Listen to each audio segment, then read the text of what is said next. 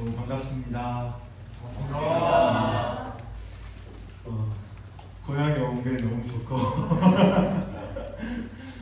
청년들이 이렇게 식사하면서 지나가면서 우리 본토 마을에 왔으니까 제가 너무 마음이 행복하더라고요. 저는 저작년까지는 대구에서 사역을 하다가 여러분이 아실지 모르겠지만 북광교회, 내일교회, 성광교회 이런 데서 사역을 하다가요. 작년에 이제 서울 반포동에 있는 남서울교회로 올라갔습니다. 거기서 이제 정말 서울말 네이티브들 사이에서 꿋꿋하게 저의 어떤 아이덴티티를 포기하지 않고 경상도 사투리가 훨씬 더 발달된 언어라고 제가 계속 주장했어요. 어저께 저희 담임 목사님하고 둘이 앉아서 제가 이렇게 목사님한테 이걸 시켰어요. 이의 이승, 이의 이승, 이의 이승, 이의 이승. 절대 못하더라고요. 우리 대구 사람들만 할 수 있습니다. 이거 뭔지 아시죠, 여러분? 네. 그래서 제가 굉장히 발달된 언어다. 중국말에 있는 성조가 우리 경상도 사투리에 있고 이런 이야기를 좀 했었어요. 제가 이틀 동안 여러분은 절대 저랑 이렇게 친밀감을 잘 못 느끼겠지만 저는 벌써 여러분들하고 이렇게 동화된 것 같거든요. 뒤에서 찬양하면서 여러분들이 부르는 찬양에 마음을 같이 하고 또 여러분들이 지금 살아가는 이 시대를 저도 함께 살아가기 때문에 여러분의 그 고백이 어떤 고백인지 조금 이렇게 감이 오면서 이틀 동안 우리가 믿는 하나님이 누구신지 그리고 하나님을 믿는다는 게 뭔지 또 우리가 어디로 나아가야 하는지 이런 거 좀 두서없이 좀 나누겠습니다. 제가 우리 저보다 한 살 많은 우리 김송환 목사님 제가 형님이라고 부르는데요. 형님 저는 아직까지 내공이 부족해서 업다운이 좀 있습니다. 이번 수련회가 제발 업이기를 기도해 주십시오. 그렇게 이제 기도했는데 여러분들이 너무 잘하시는 목사님들만 많이 보셨지만 저를 이렇게 같이 대하면서는 마음이 좀 조마조마할 거예요. 그때마다 기도해 주세요. 하나님 우리가 돈 주고 불렀는데 은혜 좀 받게 도와주세요. 저 양반 정신 좀 잘 차릴 수 있도록 은혜 주십시오. 그렇게 했으면 좋겠어요. 사실 멘붕이었습니다. 제가 방학 때마다 여기저기 이렇게 말씀을 전하러 다니는데 우리 김성환 목사님께서 우리 아멘교회 청년부 수련회 주제를 저한테 딱 보내주셨어요. 여기는 복음 안에서 온전한 쉼을 누리다. 이렇게 너무 풀어서 잘 설명되어 있는데 저한테 카톡으로 딱 주셨던 그 주제는 딱 한 글자였어요. 쉼. 제가 그걸 보고 굉장히 거의 2박 3일 동안 고민했습니다. 도대체 이 공동체는 무슨 공동체인가? 보통 여름 수련의 주제는 뭐 회복이라든지 열정이라든지 터닝 포인트라든지 이런 어떤 약간 희망적인 그런 어떤 문구를 많이 쓰는데 쉼 이렇게 하니까 제가 여러분들을 한 번도 못 만나본 상황에서 과연 어떤 것을 지향하고 있는가 굉장히 좀 헷갈리더라고요. 제가 대구에서 청년 사역을 했었습니다. 대학부 따로 있는 대학부도 맡아봤었고요. 20살부터 40살까지 이렇게 같이 있는 공동체도 맡아봤었어요. 그래서 약간 오버랩되면서 여러 생각이 났는데 하나는 우리 청년들 정말 치열하게 일하며 살아가잖아요. 대학생들은 상상도 할 수 없는 그런 강도 높은 업무들을 감당하다가 딱 휴가 내서 뭐 해요? 수련회 오는 거잖아요. 그렇죠? 그래서 목사님 수련회 때는 좀 쉬었으면 좋겠어요. 라는 마음이 있을 수 있겠다. 그런 생각도 한번 해봤어요.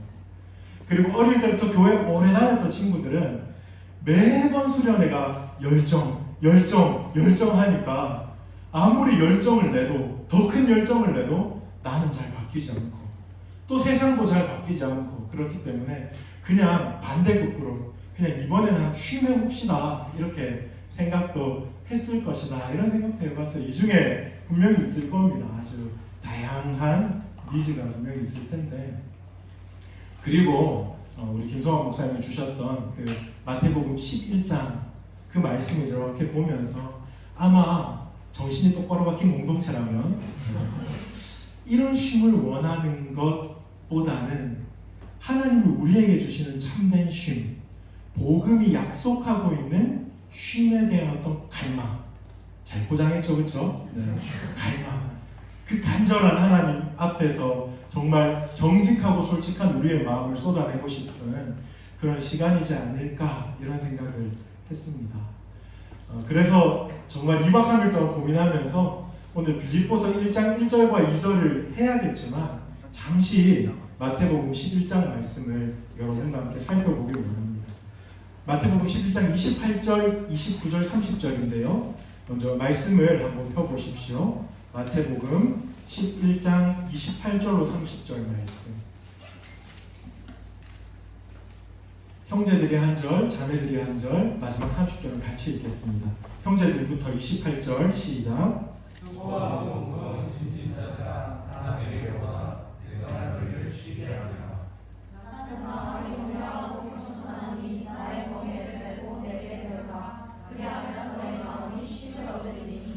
이는 내 멍에는 쉽고 내 짐은 가벼우니라 하시니라.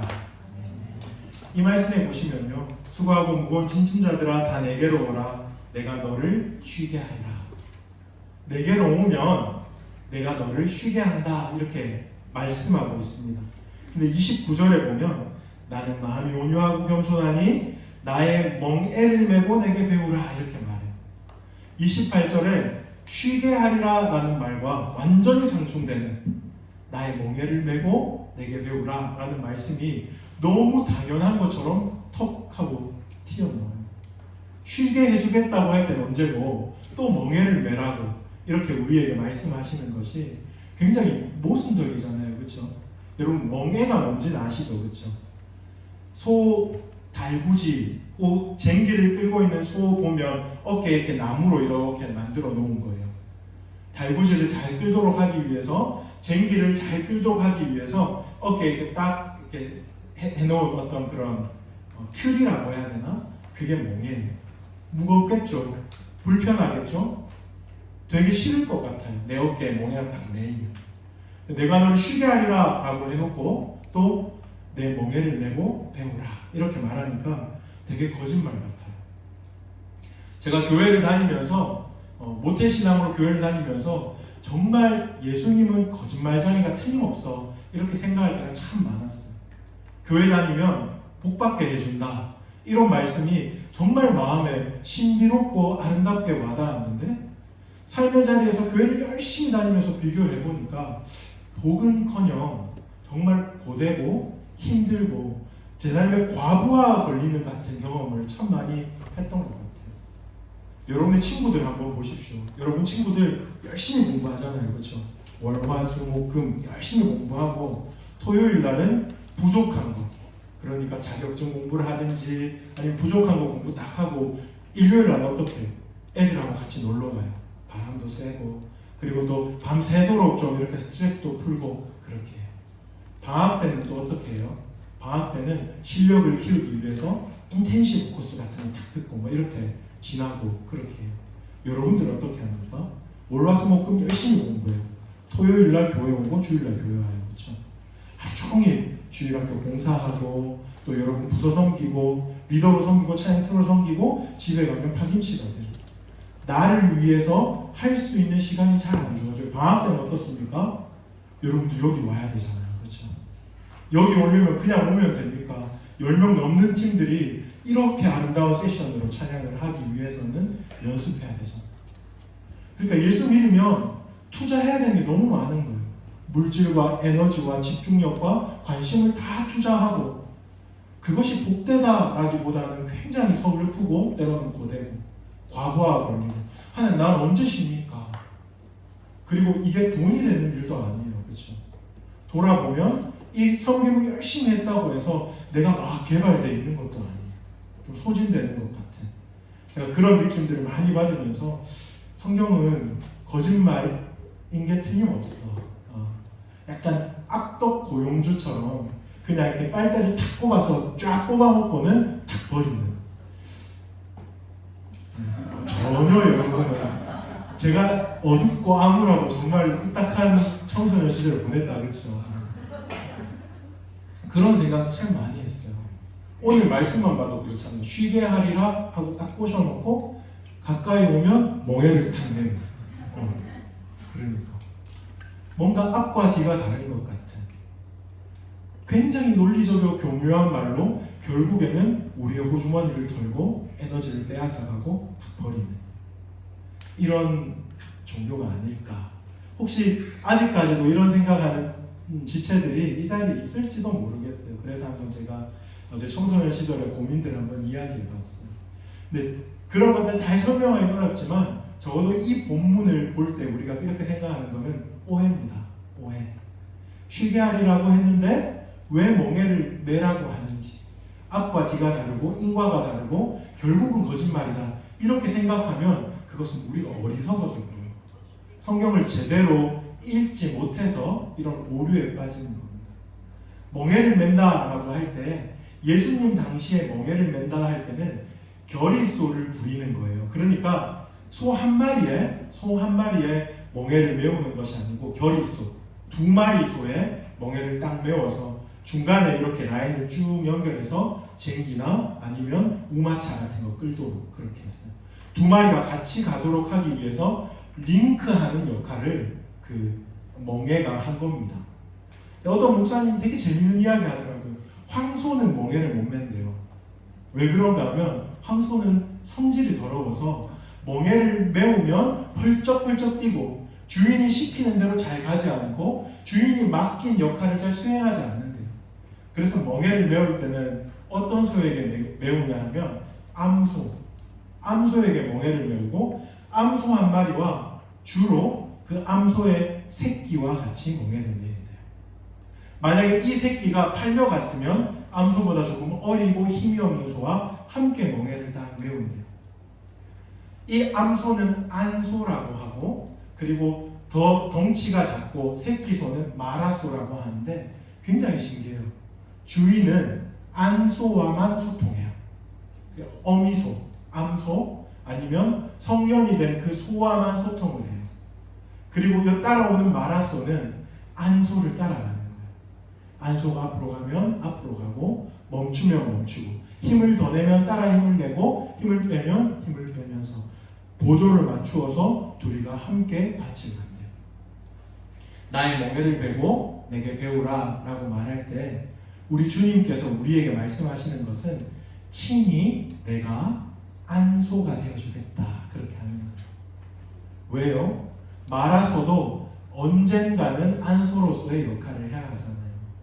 언젠가는 이 스스로 가치를 증명해내고 주인에게 온전히 쓰임받기 위해서 이 자리로 가야 하는데 그때까지 그리스도께서 안소의 역할을 해주시겠다, 그렇게 얘기하는 거예요.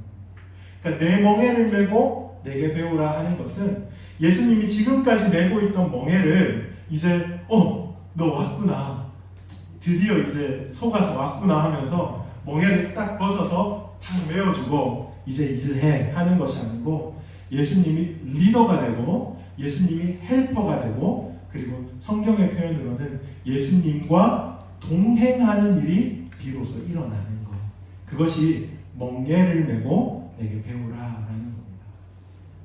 신학적으로 이런 일이 일어나는 포인트를 그리스도와의 연합이라고 하거든요. 많이 들어보셨죠? 그렇죠? 그리스도와의 연합. 내가 그리스도와 함께 연합하여서 십자가에서 죽고 죽은 것으로 끝나는 것이 아니고 함께 부활해요. 그리고 그분의 길을 함께 걸어가면서 아주 놀라운 일이 생기는데, 내가 복음 안에서, 성령 안에서 제대로 삶을 살아갈 수 있도록 자라고 성장하고 성숙하는 일이 일어나는 것이 성화에서 아주 중요한 그리스도와의 연합이라는 거거든요. 이 비밀이 나의 멍에를 메고 내게 배우라 라는 말에 있어요. 내가 원하는 대로 가고 내가 꿈꾸는 인생을 살고 내가 정말로 소원하는 바를 이루기 위해서는 무엇이 필요합니까? 가이드가 필요해요. 배우는 것이 필요합니다. 따름이 필요합니다. 우리는 정말 피투성이 같고 우리는 정말 연약하고 막막한 존재라 혼자 탁 내버려두면 제일 잘할 것 같지만 제일 못하는 인생이에요. 그렇잖아요. 그렇죠? 나자마자 혼자 젖도 못 봤는데요. 송아지들은 탁 나면 몇 시간만 있으면 일어나서 딱 서요. 근데 우리는 아주 오랫동안 그 누구라도 우리를 도와줘야만 생존할 수 있는 존재로 하나님이 만들어 놓았어요. 영적인 원리도 똑같고요. 여러분이 미래를, 비전을 꿈꿀 때도 똑같아요. 그리스도께서 우리의 안소가 되어주세요. 함께 가주시는 거예요. 그것을 오늘 성경은 쉼이라고 하는 겁니다. 쉼. 예수 안에서 쉼입니다. 그래서 오늘 첫날 여러분들과 함께 나눌 것이 그리스도 예수 안에서라는 주제예요. 그분 안에 참된 쉼이 있어요. 오늘 결론이 이겁니다. 그분 안에 참된 쉼이 있는데 그분 안에 참된 쉼이 뭔지 여러분들이 좀 논리적으로 객관적으로 좀 잘 정리가 됐으면 좋겠어요. 그냥 막연한 어떤 느낌적인 느낌 말고 용어들을요 정말 타이디하게 잘 정리하지 않으면 우리가 그냥 막연한 느낌적인 느낌을 가지고 신앙생활을 하면서 손에 잡히는 건 아무것도 없고 열정과 에너지를 내긴 하는데 내가 어디로 달려가는지도 모르는 채로 그냥 휩쓸려 둥둥 떠내려가면서 이 길이 맞나 이 길이 맞나 이 길이 맞나 해요. 이 이틀 시간 동안은 여러분들이 이렇게 용어들을 좀 잘 정리하고 여러분 마음에 있는 여러분이 이미 어릴 때부터 교회 다니면서 많은 조각들을 가지고 있거든요. 근데 이 조각들을 좀 퍼즐링하는 시간, 잘 맞추는 시간 되었으면 좋겠어요. 그럼 여러분들이 분명히 여러분들이 선명하게 보이는 무언가가 있을 거예요. 내가 할 수 있든 할 수 있지 않든 내가 이 길로 쫓아가면 틀림이 없겠구나. 복음은 매우 선명한 겁니다. 그것들을 오늘 좀 나누기로 원합니다. 그 전에 제가 대학생 때요 굉장히 인상 깊게 본 영화가 있어요. 여러분은 제목을 말해도 정말 모르겠지만 시스터 액트라는 영화가 있어요. 시스터 액트라는 영화인데 흑인 가수가 수녀원에 들어가서 문제 아들을 이렇게 성장시키는 성장 드라마예요. 그 수녀가 이렇게 문제 아들 앞에 서서 굉장히 중요한 얘기를 하는데 저는 지금도 한 번씩 기도할 때마다 마치 하나님께서 저한테 말씀하시는 것처럼 말씀이 들리는 것처럼 그게 떠오릅니다. 뭐냐면 If you wanna be somebody, if you wanna go somewhere, you better awaken and pay attention 이라는 거예요. 죄송합니다. 저는 경북대 영문과를 나왔고요. 카투사에서 군복무를 했어요. 그거 치고는 영어를 지지도 못하는 거거든요. 번역해볼게요. 만약에 너가 누군가가 되고 싶다면 네가 어떤 목표를 이루고 싶다면 깨고 정신 차리라 이런 거예요. 이 저녁은 다시 오지 않아요, 여러분. 이 시간에 여러분 조금 더 이렇게 초인적인 힘을 발휘하실 필요가 있을 것 같아요. 제 목소리가 굉장히 자장가처럼 들리고 여러분 오늘 하루 종일 프로그램 파트 1, 파트 2 하고 막 이렇게 했기 때문에 피곤하리라는 것은 틀림이 없어요. 초인적인 힘을 좀 발휘하셔서 여러분이 엑사고라조 흐르는 시간을 그 사이에 의미를 탁 건져내야 해요. 꼭 좀 기억하십시오. 그래서 졸다가도 깨고 딴 생각이 올 때 좀 이렇게 정신을 차리고 할 수 있는 대로 그렇게 좀 집중해서 합시다. 말씀을 또 한 구절 볼게요. 빌립보서 1장 1절로 2절 말씀입니다. 빌립보서 1장 1절로 2절 말씀. 이 말씀은 우리가 한 목소리로 같이 한번 읽어볼게요. 시작. 그리스도 예수의 종 바울과 디모데는 그리스도 예수 안에서 빌립보에 사는 모든 성도와 또한 감독들과 집사들에게 편지하노니 하나님 우리 아버지와 주 예수 그리스도로부터 은혜와 평강이 너희에게 있을지어다. 우리의 목표는 참된 안식을 얻는 거예요. 참된 안식이 무엇인지를 아는 거예요. 오늘의 목표는. 근데 그걸 알기 위해서는 복음이 뭔지를 제대로 알아야 해요. 그리스도 예수 안에 있는 것이 어떤 것인지 그리고 그것이 진정으로 우리에게 주고자 하는 것이 무엇인지 알아야 하는데 그것에 대한 내용이 이 빌립보서 1장 1절과 2절에 잘 나타나 있어요. 비단 빌립보서 1장 1절과 2절뿐만 아니라 에베소서, 골로새서, 고린도후서, 갈라디아서 이런 바울 서신의 인사말에 굉장히 잘 묻어 있어요. 그 중에 하나 빌립보서의 인사말 가지고 제가 좀 이렇게 평범하게 우리가 알고 있는 개념들 그걸 가지고 복음을 좀 설명하고자 합니다. 오늘 이 편지의 발신자, 편지를 보내는 사람이 누굽니까? 바울이죠, 그렇죠? 말씀의 그리스도 예수의 종 바울과 디모데. 디모데는 바울의 후발주자예요, 후배예요. 바울이 지금 빌립보 교회의 차기 리더로 생각하는 사람이 디모데예요. 그래서 디모데 이름을 딱 넣어줬어요. 하지만 실제로 이 편지는 바울이 썼다 우리가 알고 있죠. 바울 서신이라고 해요.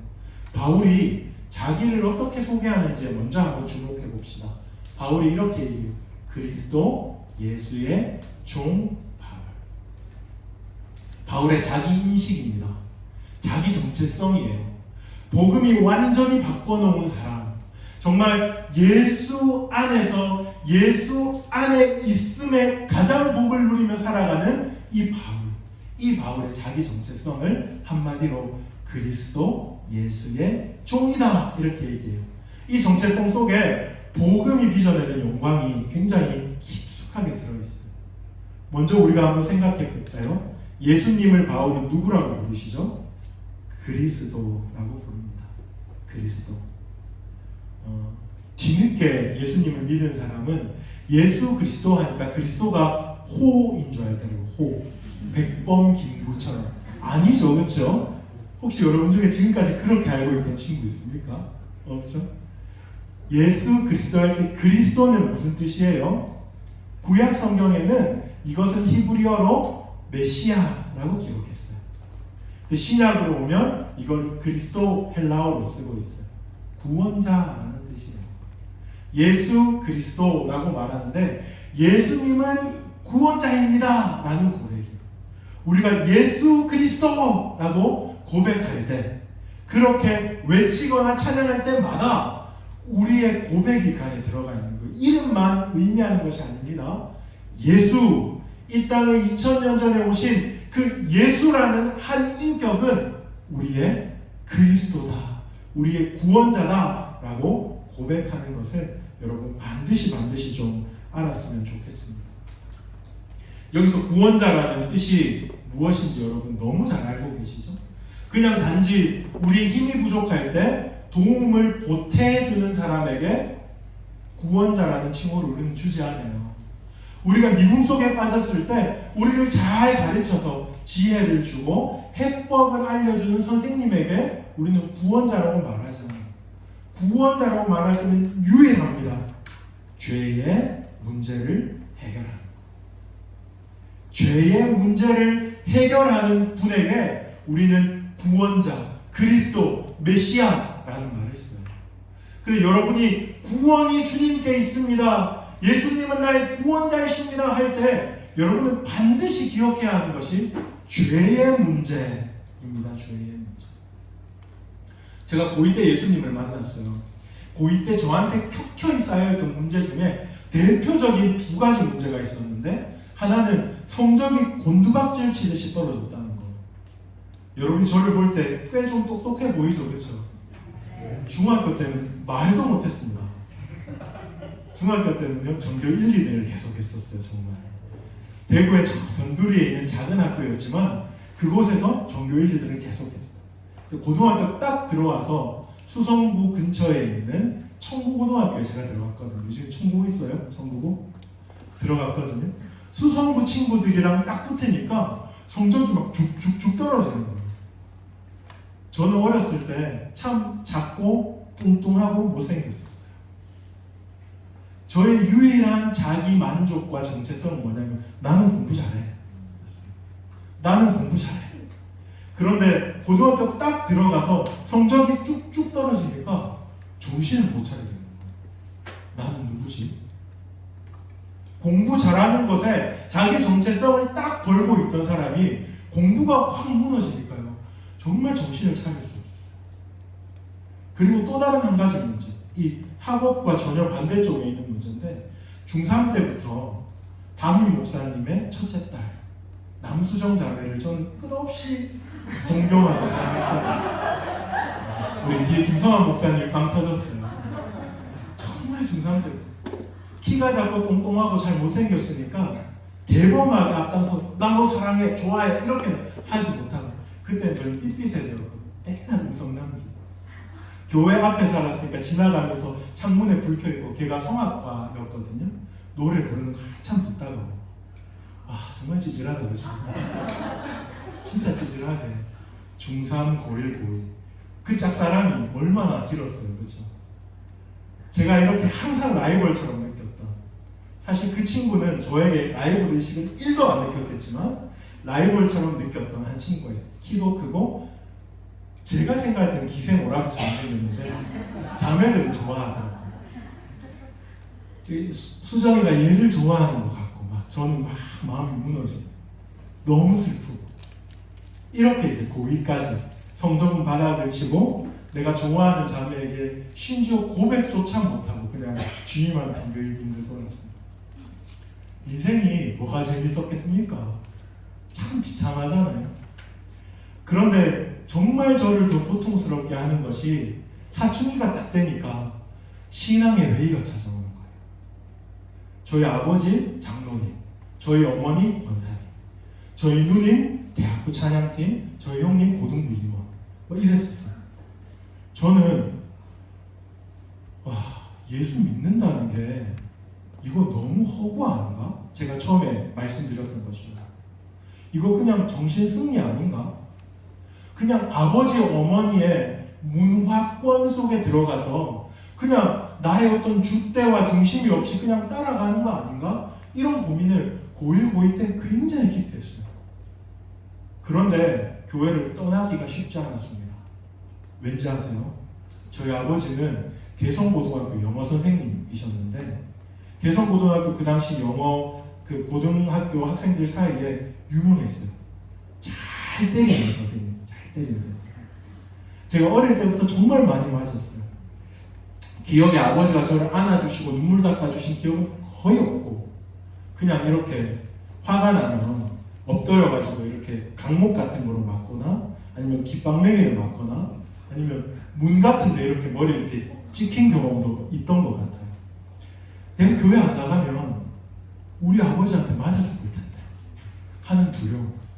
뭐 지옥 가고 천국 가고 뭐 하나님 이런 거 하나도 안 두려운데 우리 아버지한테 맞아 죽을 텐데 하는 두려움이 있었어요. 이런 두려움들이 나를 이렇게 가만두지 않는 거예요. 그래서 예수를 믿어야 하나 믿지 말아야 하나. 정말 예수를 믿으면 내 성적이 떨어졌던 거 회복될 수 있을까? 내가 말하지 않아도 이 자매가 나한테 다가와서 나도 너를 좋아했었어 사실은 이렇게 뭐 이렇게 반전이 일어날까? 이런 어떤 굉장히 허황한 기대들 이런 것들이 막 점철된 가운데 제가 결단을 따겠어요. 고2 때 내가 여름 수련회 때까지만 교회를 나가보고 만약에 진짜 하나님이 없다면 나는 맞아 죽어도 교회 안 나간다. 그렇게 딱 결단을 했어요. 그때가 한 5월쯤 되었던 것 같아요. 5월쯤. 수련회는 보통 여러분 하는 것처럼 7월 달에 있잖아요. 그렇죠? 7월 말에 있는데 한 5월쯤 되었는데 교회에 소문이 들려오기 시작해요. 찬양대 지휘자인 선생님께서 여름 수련회 준비 기도회를 한다는 거예요. 제 마음에 이런 마음이 들었어요. 교회를 끊을 때 끊더라도 안 갈 때 안 가더라도 다 해봐야 내가 후회가 없을 것 같은데. 왜냐하면 결론은 결국 하나님이 없으면 나는 교회를 안 갈 거고 교회를 안 가면 나는 맞아 죽을 거니까 후회 없이 모든 걸 해보고 싶었어요. 그래서 수련회 기도회 가서 정말 거의 한 2달에 걸쳐서 했던 기도회인데 늘 굉장히 간절하게 기도했어요. 하나님 제발 좀 살아계셔 주세요. 아니면 나 맞아 죽어요. 나는 교회 안 나갈 거니까. 하나님 이 성경 이야기가 제발 좀 사실이었으면 좋겠어요. 왜냐하면 이게 거짓말로 판명된 순간 나는 교회를 안 나갈 거고 나는 또 맞아 죽을 거니까. 이렇게 하나님 앞에 간절히 기도했어요. 그리고 여름술에 딱 갔는데 첫째 날 기도를 하는데요. 아직까지도 그 장면이 하나도 잊혀지지 않고 저한테 너무너무 생생해요. 이게 환상인지 상상인지 아니면 제 마음에서 그려낸 건지 잘 모르겠지만 아무튼 제가 눈 감고 기도했는데 제 눈앞에 영상이 하나 떠올랐어요. 구주께서 십자가에 딱 못 박혀 있는데 참 편찮아 보이시더라고요. 참 힘들어 보이시고 아파 보이시더라고요. 근데 그 십자가에서 저를 이렇게 바라보면서 주님께서 저한테 그렇게 말했어요. 다 이해할 수 없지. 너가 지금 나를 만났다 해도 네 삶은 그렇게 변하지 않을 거야. 하지만 나는 너를 사랑한다. 그렇게 제 마음에 설명할 수 없는 은혜를 주셨어요. 설명할 수 없는 은혜를 주셨고 그때 제가 하나님께 물었어요. 하나님, 제 삶은 이렇게 비참해요. 모태신앙인데 지금까지 하나님 살아계신지 살아계시지 않은지도 잘 모르겠고 외모는 바닥을 치고 내가 좋아하는 자매는 다른 사람을 좋아하고 성적은 쭉쭉쭉 떨어져서 더 이상 나에게 소망이 없어요. 그렇게 했을 때 하나님이 놀랍게도 제 성적에 대해서는 아무 말씀하지 않으셨어요.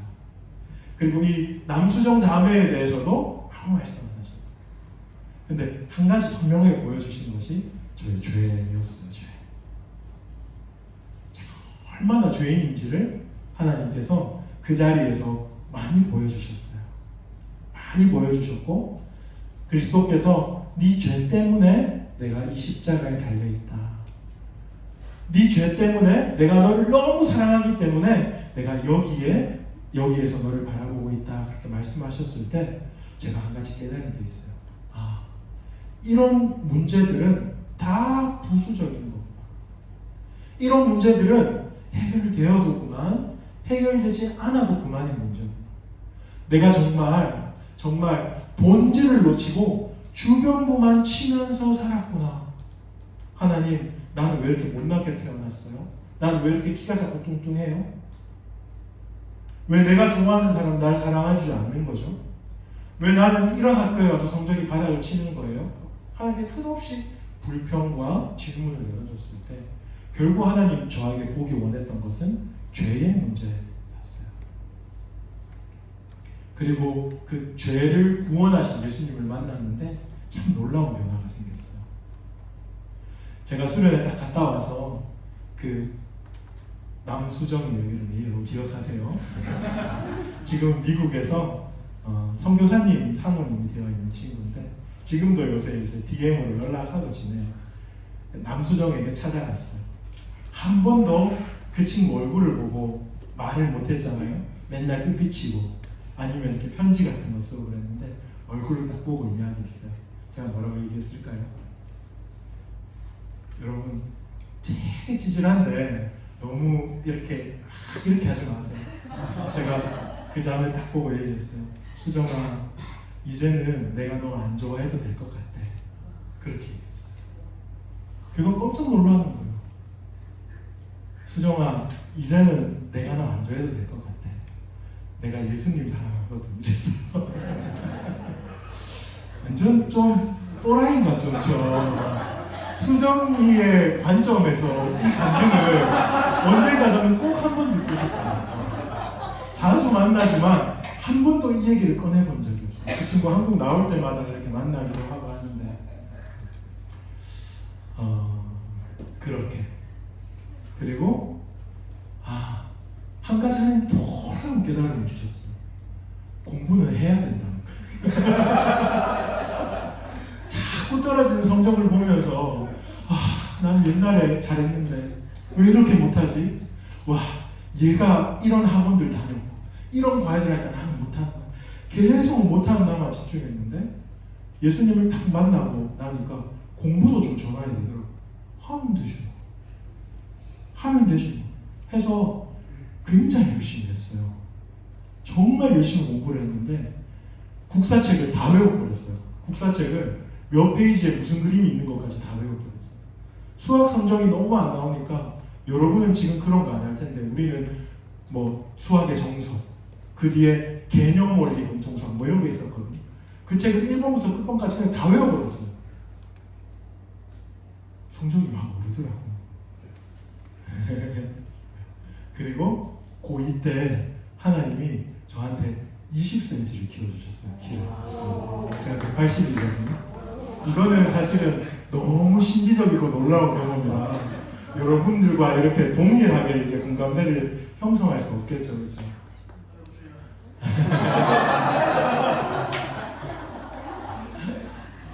그 많은 어떤 제가 고2 때 예수님을 너무 깊이 만나고 하나님이 저한테 많은 은사도 주셨어요. 삶의 변화도 주셨어요. 소망도 주시고 다 주셨어요. 근데 그 많은 것보다 그 많은 것은 아무 의미도 없이 만들 만큼 더 중요한 걸 주셨는데 내 죄가 예수 그리스도 안에서 사랑을 받았다 하는 확신이었어요. 내가 어떤 사람인 것과 상관없어요. 내가 어떠한 수준의 사람이든 무엇을 가졌던 어떻게 살았던 어떤 것을 할 수 있고 못하고 떠나서 그리스도께서 고2 때 그 시점에 나를 찾아와 주셨고 내 죄를 용서하셨다라는 믿음을 허락해 주신 것. 그것이 모든 변화에 버금할 수 없는, 비교할 수 없는 가장 가치롭고 영광스러운 변화입니다. 여러분들이 예수를 왜 믿어요? 여러분들이 기도할 때 주로 무엇을 간구하나요? 혹시 그 고등학교 시절에 저처럼 제가 저 자매를 정말 사랑하는데 저 자매의 마음을 좀 돌려주십시오. 나한테 눈길 한 번, 나한테 이렇게 말 한 번이라도 좀 할 수 있도록 주님 도와주세요. 예수님 살아계신다면 그건 못하세요? 이렇게 말도 안 되는 기도를 하고 있습니까? 아니요. 이건 너무 수준이 낮은 거니까 직장의 문제, 혹은 성적의 문제, 아니면 여러분 커리어의 문제, 이런 것들을 가지고 하나님을 시험하고 있는지 모르겠어요. 여러분 삶에 다양한 니즈가 있을 거예요. 정말 많은 니즈가 있을 거예요. 여기 이렇게 머릿수를 헤아려보지 않았지만 거의 40명 정도가 앉아있는 이 자리에 또 40개의 니즈가 있을 거예요. 하나님께 그 니즈를 채워주실 분으로 예수님을 구하고 간구하는지 모르겠습니다. 좋아요. 괜찮습니다. 우리 주님 전능하신 분이기 때문에 여러분의 신음소리까지 다 들으세요. 그런데 먼저 우리가 짚고 넘어가야 되는 부분이 구원자라는 것은 죄의 문제를 회복하신다 하는 겁니다. 죄의 문제. 죄의 본질은 뭡니까? 우리가 아담과 하와를 통해서 분명히 알 수 있는 죄의 본질은 자기 사랑이에요. 자기 사랑. 하나님을 사랑하도록 창조된 인간. 하나님을 그 누구보다 기뻐하고 하나님 말씀에 순종하도록 창조된 인간이 자기 사랑에 빠져서 뱀의 유혹을 덥석 붙든 거예요. 너 이 선악과 먹으면 하나님처럼 될 수 있다? 뱀이 유혹했기 때문에 넘어졌다기보다 자기를 너무 사랑하는 인간이 뱀의 유혹을 딱 물어서 그것을 기회로 삼았다. 이렇게 여러분 생각하시면 틀림없어요. 자기 사랑. 자기가 하나님 자리에 앉고 싶어 하는 거예요. 자기 사랑은 그냥 내 얼굴 좀 예쁘게 생겼으면 좋겠어. 내 키 조금 더 컸으면 좋겠어. 내 스펙이 좀 더 좋았으면 좋겠어. 쟤랑 비교할 때 내가 조금 더 괜찮았으면 좋겠어. 라는 게 아니고 자기 사랑의 궁극적인 모습은 내가 하나님 자리에 서는 거예요. 그래서 내가 내 인생을 내가 원하는 대로 좌지우지하고 컨트롤하고 세상을 내 손 안에 딱 쥐고 통제할 수 있는 하나님의 자리에 내가 올라가는 것이 죄인의 목표예요. 여러분이 정말 회심한 성도가 아니라면 여전히 수단과 방법을 가리지 않고 결국 여러분들이 하고 싶어 하는 것이 그거라는 것을 절대로 여러분 기억하셔야 돼요. 심지어 앞에서 찬양을 하고 심지어 공동체를 땀과 피를 흘려가면서 섬긴다 할지라도 여러분이 정말 회심하지 않고 죄를 직면하지 않았던 사람은 그 속에 다른 꿍꿍이가 있는 거예요. 나를 드러내고 나를 높이고 사람들이 나의 매력이나 혹은 나의 권력을 쫓아서 내 말을 듣게 하고 싶고, 그래서 내가 모든 것을 통제하고 그것으로 내가 조금 더 편의와 유익을 누리는 삶. 죄에는 다양한 어플리케이션이 있지만 결국에는 그 본질에 자기 사랑과 내가 하나님 자리로 올라가려는 것이 있어요. 아담과 하와가 그것에 넘어진 거예요. 그냥 과일 하나 따먹은 게 아니에요. 그 과일은 하나님과 사람 사이의 언약의 증표거든요. 그것을 그냥 멀리 해버린 거예요. 아니요, 하나님 나의 하나님 아닙니다. 내가 하나님 될 거예요. 하나님 순종하는 건 이제 지긋지긋해요. 내 뜻대로 살 거예요. 그게 훨씬 자유롭고 행복하고 만족스러울 것 같아요. 천만 말도 안 되지만 그렇게 속고 끊임없이 자기를 향하여 달려가는 것이 죄의 본질입니다. 그렇게 인류 가운데 죄가 되었어요. 근데 이 죄는요, 그냥 죄다 하고 끝나지 않고 죄에는 쓰디쓴 결과가 있어요. 갑자기 신학 단위로 넘어가는데 잘 기억하세요. 죄의 두 가지 결과가 있는데, 하나는 오염이라고 불러요. 오염. 다른 말로는 부패, 오염. 두 번째는 형벌이라고 불러요. 다른 말로는 죄책이라고 불러요. 오염이라고 부르든 부패라고 부르든 상관없어요. 오염, 썩는 거죠, 그렇죠?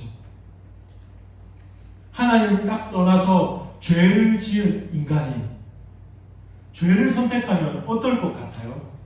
너무 기쁘고 즐겁고, 더 이상 하나님을 올라가는 족쇄는 다 끊어지고, 내가 원하는 대로 가고, 내가 원하는 것을 자고, 내가 먹고 싶은 거 먹고, 내가 누리고 싶은 거 누릴 줄 알았는데, 하나님이랑 끊어지니까 생명에서 끊어지는 거예요.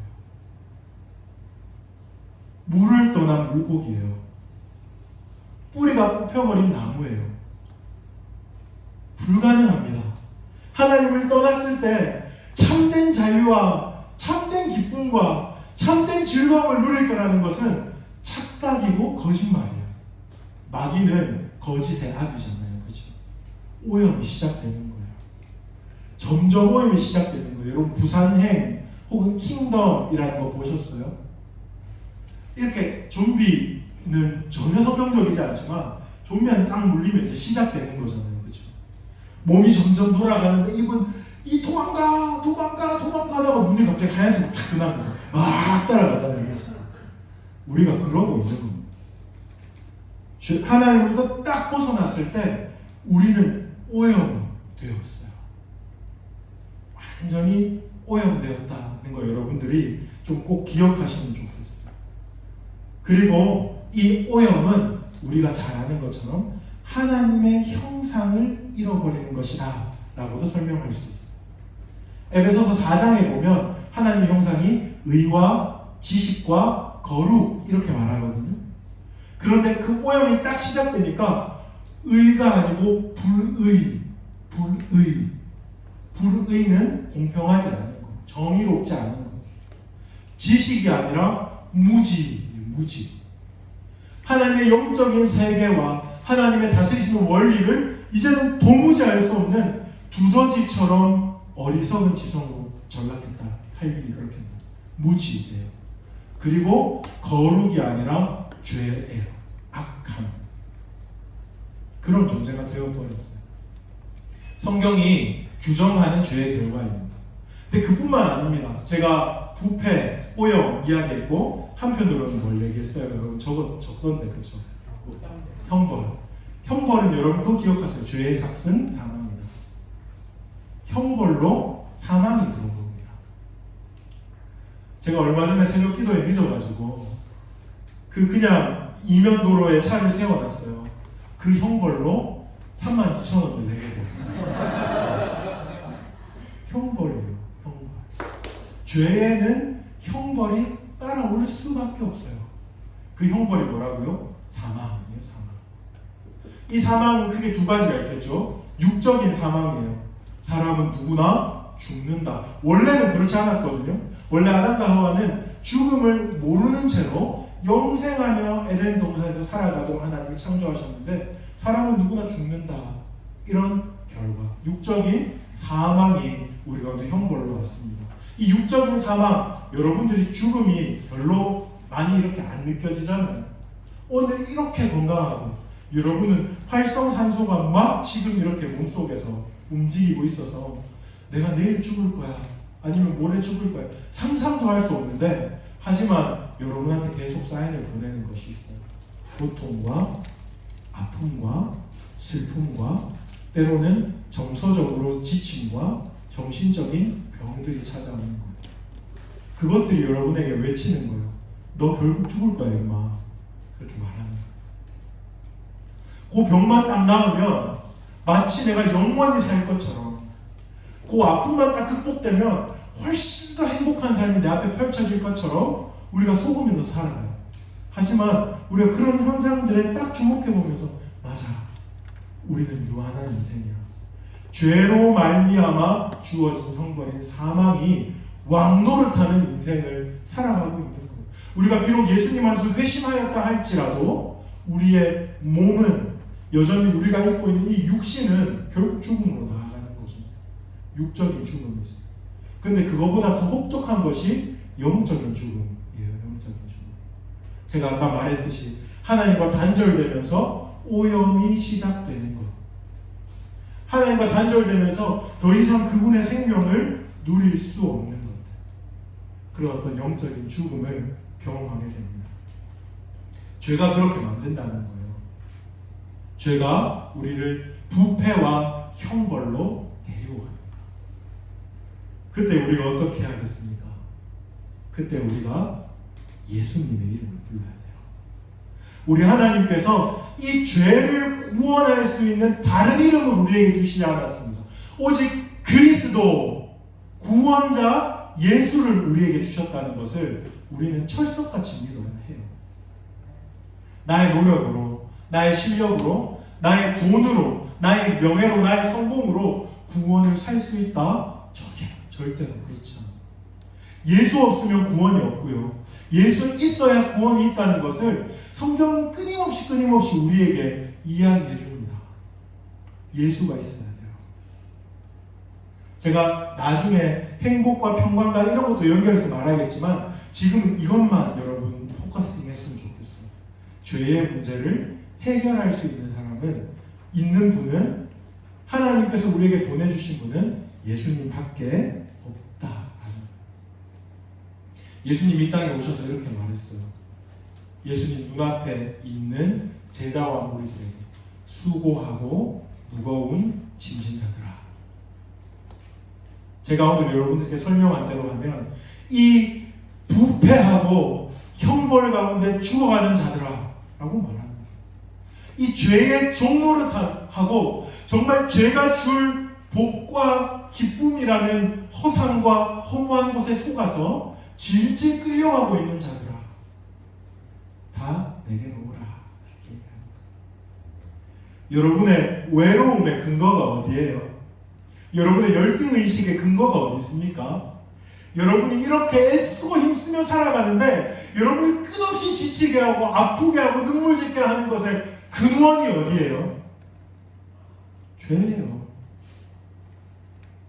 우리 주님은 그걸 알고 우리에게 수고하고 무거운 짐진 자들아 다 내게로 오라 라고 말씀하는 거예요. 그리스도밖에 없습니다. 여러분 조금이라도 어렸을 때 정말 여러분들이 깨고 정말 집중하여서 예수 그리스도를 바라봐야 해요. 다른 것이 있을 거다. 분명히 다른 것이 있을 거다.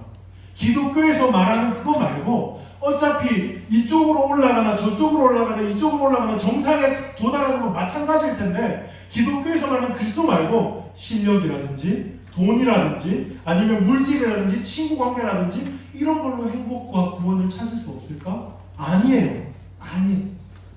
One way. 오직 한 길 예수 그리스도.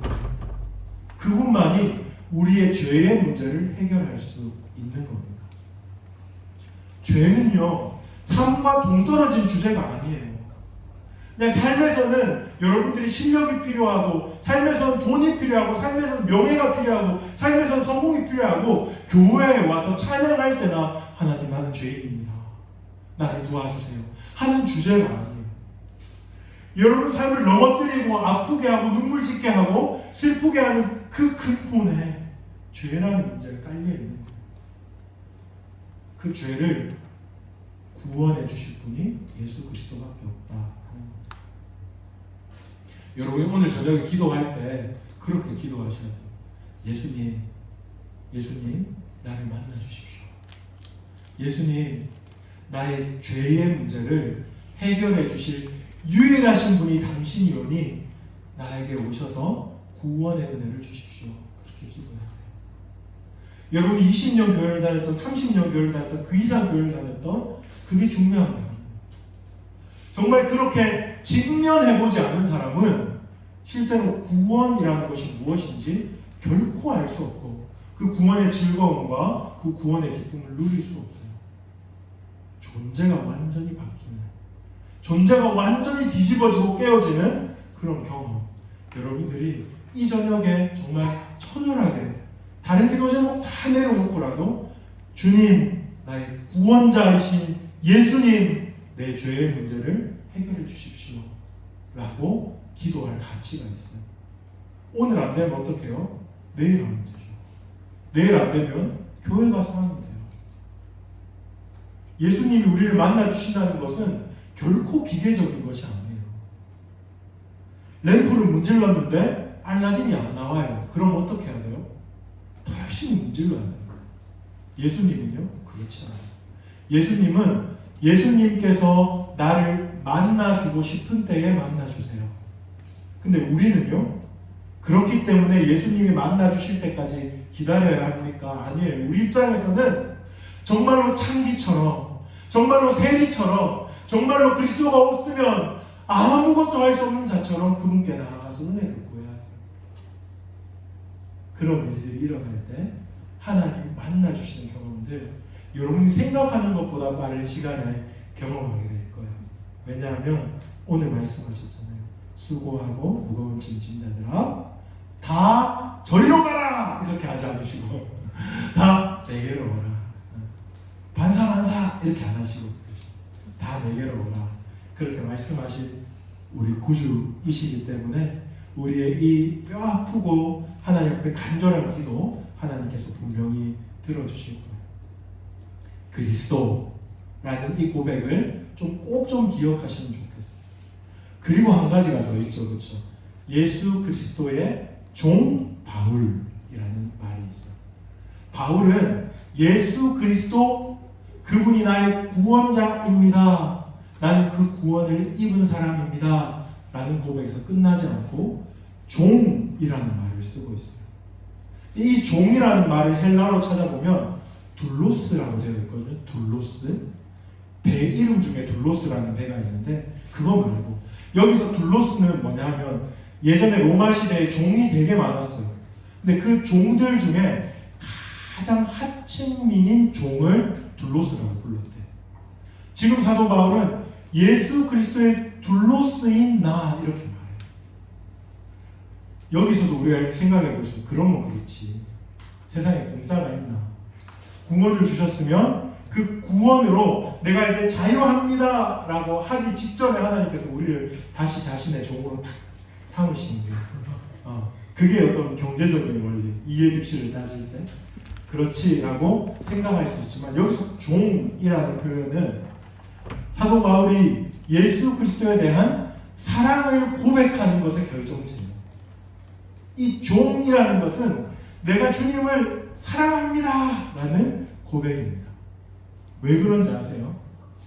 사랑해보면 알아요. 여러분 진짜 사랑해봤습니까? 약간 이렇게 얼굴 빨개지는 친구들이 있어요. 감사하게 아직까지 순수한 친구들. 사랑을 하기 전에는 저는요 사랑이 그런 건 줄 알았어요. 내가 뭔가 베풀어주는 거, 내가 가지고 있는 어떤 것을 이렇게 베풀어주면서 상대방을 이렇게 복되게 하는 게 사랑인 줄 알았어요. 그런데 사랑을 제대로 해보니까 사랑은 뭐냐면 종이 되는 거예요. 종. 나의 주권과 나의 자유와 나의 의지와 나의 모든 것을 그 사람한테 갖다 바치는 거예요. 갖다 바치는 거예요. 그게 사랑입니다. 그게 사랑이라는 걸 여러분 재빨리 깨달아야 정말 핑크빛 이런 환상 속에 연애하다가 갑자기 깨어져서 막 피철철 흘리고 그런 일 잘 안 해요. 사랑은요, 끊임없이 자기를 부인하는 거예요. 상대방이 나에게 맞춰주게 하기 위해서 내가 어떤 계략과 수작을 부리는 것이 사랑이 아니에요. 요즘에는 밀당이라고 하더라고요. 아니에요. 천만에. 그렇게 해서 본전도 못 찾습니다. 빨리 포기해야 돼요. 그냥 상대방이 내가 원하는 거 들어주도록 그렇게 머리 쓰지 않고 그냥 여러분 포기하고 상대방을 섬기는 거예요. 진짜 사랑은 그때 나타나요. 정말 사랑하면 그렇게 돼요. 다 모르는 척하고 앉아있지만 그렇죠. 여러분 사랑해보니까 정말 사랑하면 나를 주장하게 됩니까? 아니에요. 제가 첫 사역지가 분당에 있는 분당 우리교회라는 사역지였어요. 교육전도사는 죽어요. 금, 토, 일 정말 몇 시간 못 자고 교회를 섬겨요. 주일날 저녁 5시에 종례를 합니다. 그리고 나면 제가 얼른 카페에 가서 에스프레소 2샷을 내려요. 아메리카노도 사칩니다. 2샷을 내려서 딱 먹고, 지금은 아내고 그때 여자친구죠. 여자친구 만나서 2시간 동안 티내지 않으려고 다 앉아가지고 그 아이 이야기 들어주고 같이 영화 보고 하고 집에 와서는 뻗어서 자요. 한 번도 난 너무 피곤한데 오늘 데이트 안 하면 안 될까? 그렇게 이야기하지 않았던 것 같아요. 왜냐하면 사랑하기 때문에. 간이고 쓸개고 여러분의 물질이고 무엇이든지 정말 사랑하면 내어주게 되어 있어요. 종이라는 표현이 그래요. 복음을 만난 바울, 예수 그리스도의 구원을 경험한 바울이 이제는 예수 그리스도께 매료된 거예요. 매료라는 표현, 책에서만 여러분 많이 이제 보던 표현인데 이 표현보다 더 아름다운 표현을 제가 잘 못 찾겠어요. 완전 매료된 거예요. 그래서 자기의 자유를 반납하는 거예요. 기꺼이. 하나님, 예수님, 여기요. 예수님이 가장 기뻐할 것 가져와. 내 자유입니다. 하고 자신의 자유를 반납하고 그리스도의 종이 된다. 그렇게 오늘 사도 바울은 이야기하고 있어요. 기꺼이 종의 삶을 사는 것. 왜냐하면 그 주인이 얼마나 선하고 얼마나 옳고 얼마나 바르고 얼마나 정의로운지 알기 때문에 기꺼이 종의 삶을 사는 것. 그것이 복음의 핵심 중에 하나입니다. 하나님이 여러분을 억지로 넘어뜨리지 않으세요. 여러분의 약점을 딱 잡아가지고 그 약점을 빌미로 삼아서 여러분이 하나님께 순종하지 않으면 안 되도록 만드시는 분이 아니라는 거예요. 어떤 사람은 그런 말을 하더라고요. 말도 안 되는 말인데, 목사님, 어느 정도의 죄책감을 가지고 있는 것이 신앙생활에 많이 도움이 됩니다. 그렇게 얘기해요. 헌신하고 섬기고 할 때 어느 정도 죄책감을 다 가지고 있어야 그것이 원동력이 된다. 이렇게. 근데 우리 주님은 그런 분이 아니에요. 우리 주님은 우리의 죄책감을 약점을 딱 삼아가지고 너 과거에 요랬잖아. 내가 용서 안 해주면 너 큰일 나. 알지? 너 지옥 가. 내가 이거 사람들한테 한번 까발려볼까? 나는 다 아는데?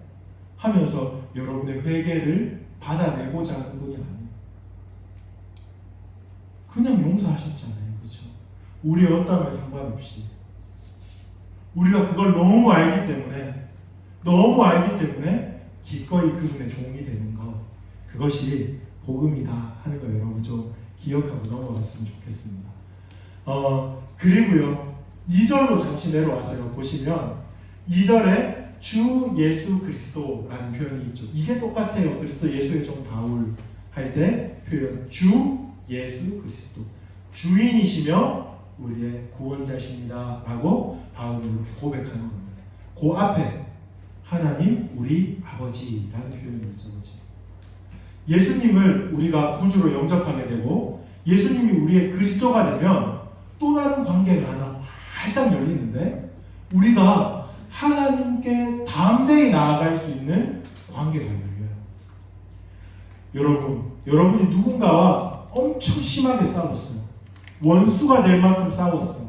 싸웠는데 기도하니까 하나님이 자꾸 내 마음에 불편한 마음을 줘. 네가 용서해라. 한 살이라도 더 많은 네가 용서해라. 예수님 조금이라도 잘 섬기는 네가 용서해라. 아, 하나님 나 용서하기 싫어. 정말 저 인간이 나한테 한 거는 정말 하나님 다 아시잖아요. 아니야, 네가 용서해라. 그랬어요.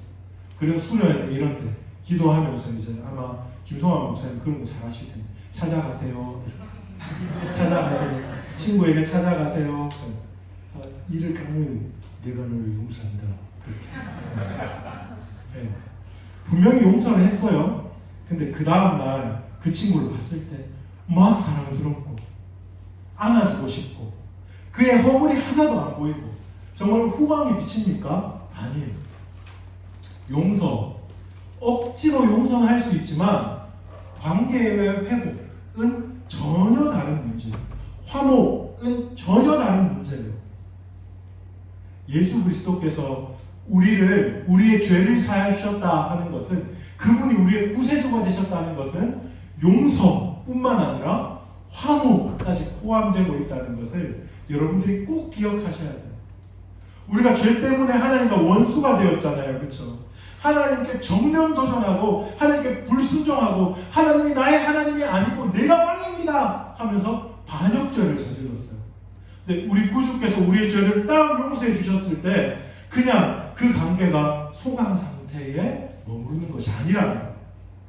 하나님과 내 사이에 그냥 이제는 죄는 없는데 서먹서먹하고 그래 잘 잤나 그냥 그게 아니라 성경에서 예수님이 뭐라고 얘기해요? 히브리서 보면 자기 자신을 화목제로 드렸다 그래요. 화목입니다. 화목. 친해지는 제사예요. 화평케 하는 제사예요. 하나님과 우리 관계가 완전히 회복되었는데 그래서 우리가 그분께 하나님 아저씨라고 부르는 것이 아니고 하나님 아버지라고 부를 수 있는 관계가 활짝 열렸다는 거예요.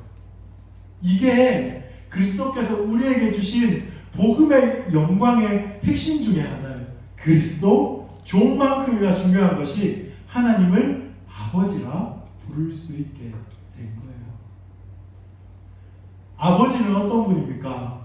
아버지는요, 우리가 못난 짓을 해도, 우리가 어리석은 짓을 해도, 우리가 아버지 얼굴에 때로는 먹칠한 한이 있어도 우리를 버리지 않아요. 간혹가다 특별하게 이상한 아버지들이 있을 수 있어요. 그렇죠? 버리고 싫어하고 호적에서 파내는 아버지들이, 그건 보편적인 아버지가 아니죠. 그렇죠? 제가 부모 되어서 새 아이를 낳았어요.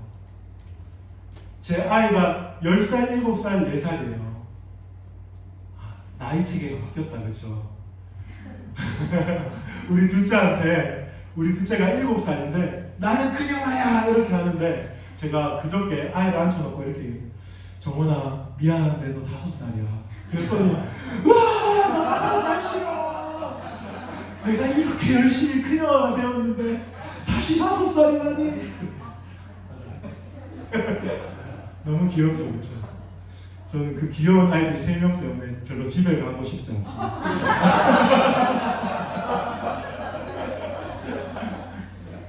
아내한테 얘기하면 안 돼요. 부모 되어서 새 아이를 낳아보니까 무슨 말인지 조금 알 것 같더라고요. 아버지, 하나님이 그의 품을 우리에게 내어주신 거잖아요. 너는 오늘부터 나를 아버지라 불러도 된다, 이렇게 허락해 주신 거잖아요. 그 의미가 뭔지를 조금씩 알아가게 되더라고요. 처음에는 그냥 그 어감이 좋았어요. 그냥 아버지라고 부를 수 있는 것이 좋았는데 그분이 나의 아버지가 되신다는 것의 의미를 조금씩 알아가니까 이게 너무 놀랍더라고요. 값없이 조건 없이 거저주시는 그런 말로도 설명할 수 없는 그 사랑의 크기가 너무 느껴졌어요. 절대 하나님이 여러분의 아버지다 이렇게 해놓고는 여러분을 키재게 하지 않아요. 절대 여러분을 키재게 하지 않아요. 내가 이만큼이나 은혜를 베풀어 줬는데 이것을 어떻게 갚아내는지 관심을 가지고 여러분의 삶을 추적하지 않아요. 그냥 사랑하시는 거예요. 그냥 사랑하시려고 우리 주 예수 그리스도 이 땅에 보내셔서 자기의 친아들을 찢으셨어요. 찢으시고 그 아들 속으로 들어오는 우리들에게 아들이다. 네가 오늘부터 나를 아버지라고 불러도 좋다. 그렇게 허락해 주신 것이 복음의 핵심입니다. 우리가 복음서에서 예수님과 하나님이 얼마나 친한지 봐요. 예수님이 기도하시면 하나님이 들으셔요. 그렇죠? 그리고 때로는 예수님이 필요하실 때 하나님께서 기적을 일으켜 주시기도 하세요. 이런 일들이 이제 우리의 것이 되었다는 거예요. 우리의 것이 되었다는 그 아버지로 부를 수 있게 되었다 하는 것도 여러분이 좀 핵심적으로 좀 잘 기억할 수 있으면 좋겠습니다. 제 원고에는 자녀의 권세라고 적어놓았고 요한복음 1장 12절을 기록해 놓았어요. 우리 같이 한번 요한복음 1장 12절 암송해 봅시다. 시작. 영접하는 자 그 이름을 믿는 자들에게는 하나님의 자녀가 되는 권세를 주셨으니. 할렐루야. 되잖아요. 그렇죠? 여러분 주일학교 열심히 다녔던 결과는 제가 예수를 딱 믿고는 너무너무 행복했어요. 초등학교 때 미친듯이 외웠던 그 성경 구절, 정말 매 맞아가면서 나갔던 그 성경 고사 대회, 그때 있었던 그 재료들이 빛을 발하기 시작하는 거예요. 영접하는 자, 곧 그 이름을 믿는 자들에게는 하나님의 자녀가 되는 권세를 주셨다는 거. 누구를 영접해요? 예수 그리스도를 나의 구세주로 영접했는데 뭐가 된다고요? 하나님의 자녀가 된대요. 예수님이 구원입니다. 뿐만 아니라 예수님이 화목이세요. 하나님의 자녀가 되는 권세는 그분이 우리를 보호하시고 또한 우리와 동행하실 뿐만 아니라 우리를 훈육하세요. 훈육. 사람 막대기 인생 채찍으로 우리를 기필코 인간 만들어 놓고야 마신다 하는 겁니다. 저는 완전히 자뻑의 아이콘이었습니다. 천상천하 유아국조원이 있다면 저라고 저는 그렇게 믿었어요.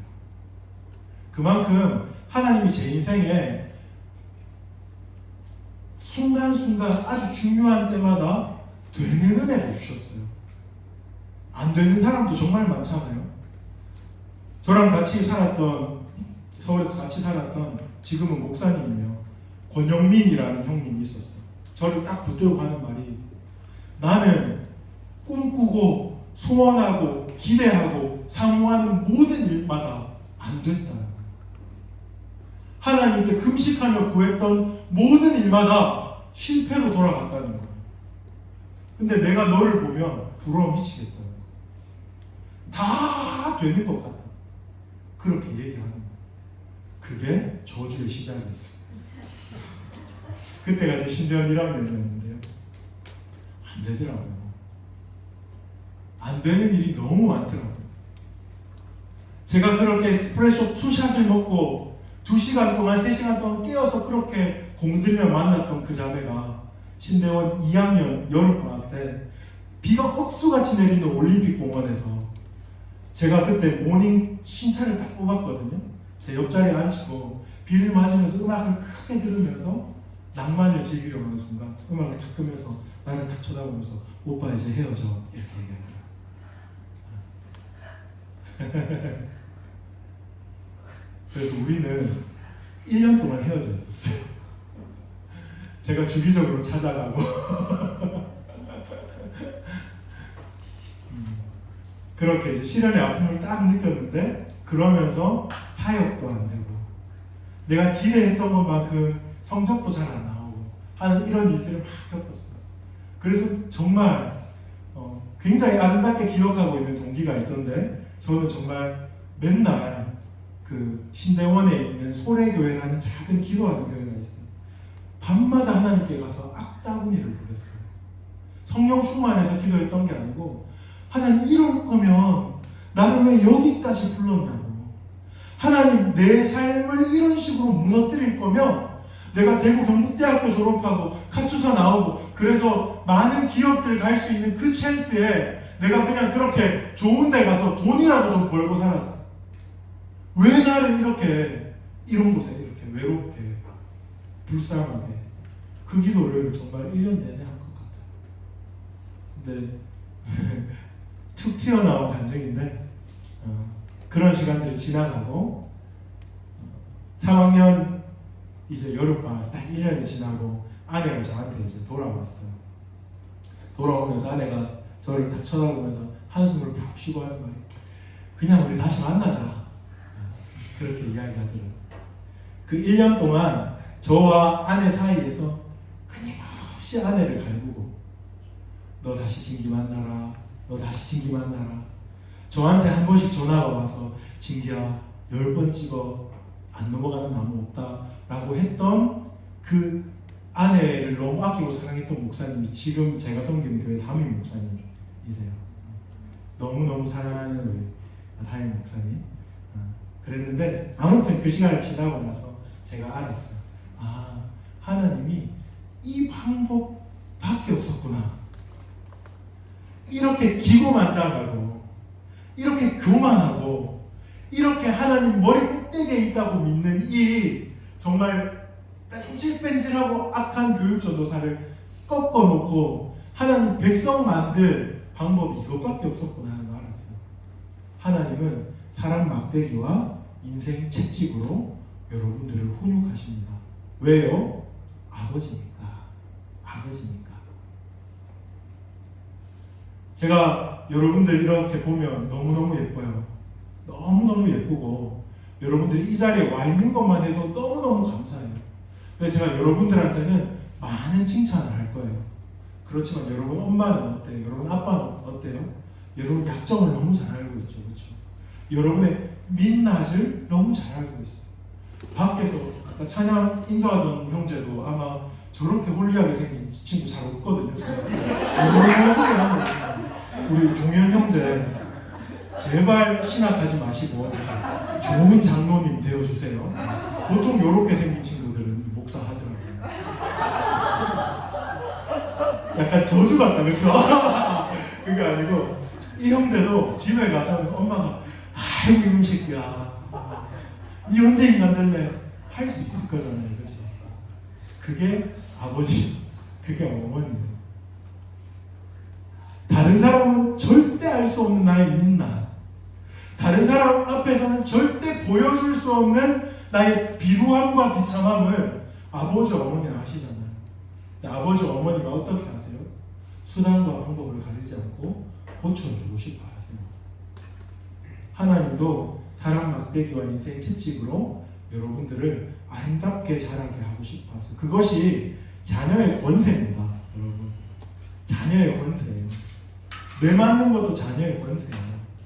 여러분, 이 시간에 혹시 내가 그러한 시간들 정말 이게 터널인지 동굴인지 분간도 안 되고 정말 하나님 나를 사랑하시는 거 맞는지 잘 모르겠는 고난들이 계속 연속해서 닥쳐올 때 여러분들이 여러분의 경험을 신뢰하지 말고 여러분의 믿음을 붙드십시오. 여러분은 자녀예요. 여러분의 신분과 지위는 하나님의 자녀예요. 하나님이 여러분을 죽이려고 하는 것이 아니고 여러분을 고치려고 하는 거예요. 여러분 살을 찢으실 때 여러분 살 속에 있는 그 암덩어리 같은 것을 도려내려고 하는 거예요. 아버지 도와주세요.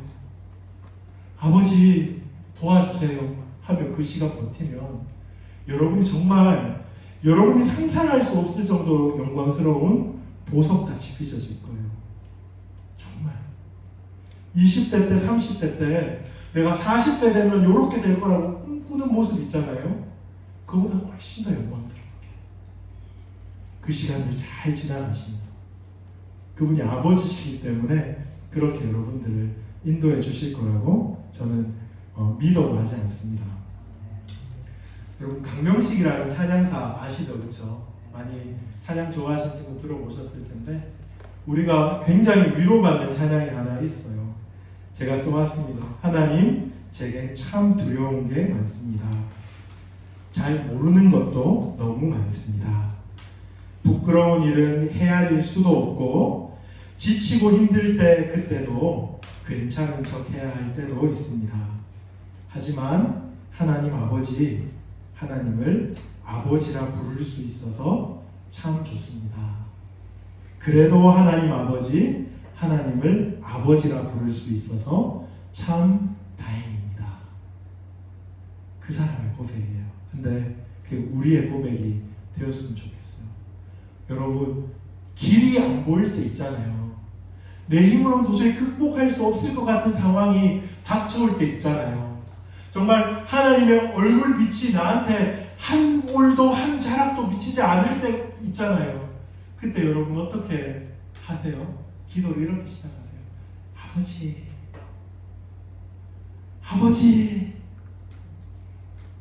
기도가 열리는 거 여러분 경험하게 될 거예요. 아버지, 아버지. 우리가 왜 이렇게 부를 수 있어요? 하나님이 우리 구주 예수 그리스도 통하여 우리가 그렇게 그분 부를 수 있도록 허락해 주셨기 때문에 그래요.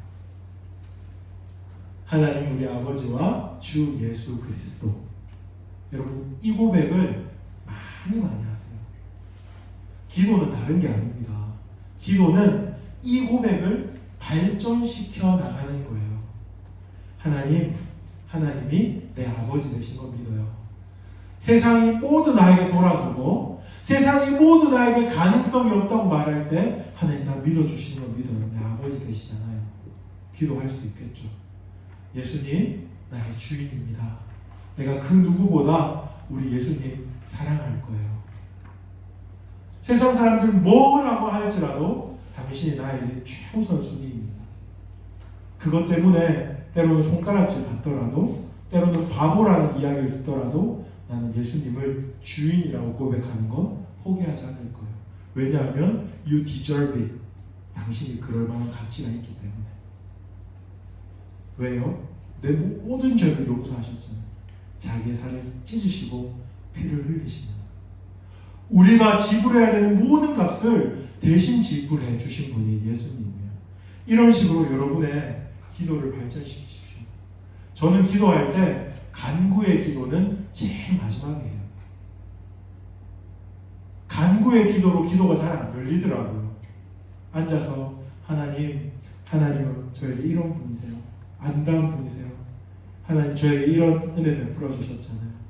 하나님은 나의 아버지세요. 아버지는 이런 분이신 걸 믿어요. 예수님 내 죄를 용서해 주신 그 영광을 찬양합니다. 더 알게 해주세요.